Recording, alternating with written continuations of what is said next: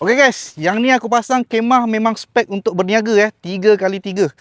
Yang best sekali kan, sekarang musim hujan kan, kalau nak beli sekali dengan dia punya dinding ni lah.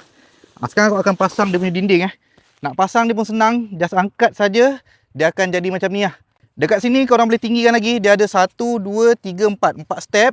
Dekat sini dia ada lock dia lah. Nak tutupkan balik ke nak buka, just tekan dia punya button ni. Dinding ni jenis transparent, jadi mesra jiran Dia bukan jenis berniaga seorang-seorang boleh bersembang, boleh tengok kemah jiran. Punya dinding ni aku akan pasang 2 orang untuk memudahkan kerja kan. So kita akan mula daripada tepi ke tepi lah. Okey, macam ni kan, dia ada tali ni kan. Sini kita dah ikat satu tiang. Kita ikat satu lagi. Buat untuk keliling dia semua ni. Ikat tak perlu kuat-kuat. Kita ikat jenis ribbon saja. Ikat untuk semua keliling dia. Lepas tu baru kita naikkan lagi. Okey, nampak memang cantik guys. Sebelah sini kita dah pasang lah. Kita akan pasang untuk keliling dia lah. Okey, nampak memang cantik guys. Dalam dia menutupi tapi transparent lah. Bila hujan korang boleh pasang, tapi bila panas kan, at least korang buka sebab apa? Kita tak ada udara kan. Kalau korang pasang kipas okey. Yang ni dia boleh tinggikan lagi. Macam ni dia londeh, kita boleh adjust lagi untuk ketinggian dia. So kalau korang minat dengan kanopi ni, kalau nak beli kan, beli sekali dengan dia punya dinding ni.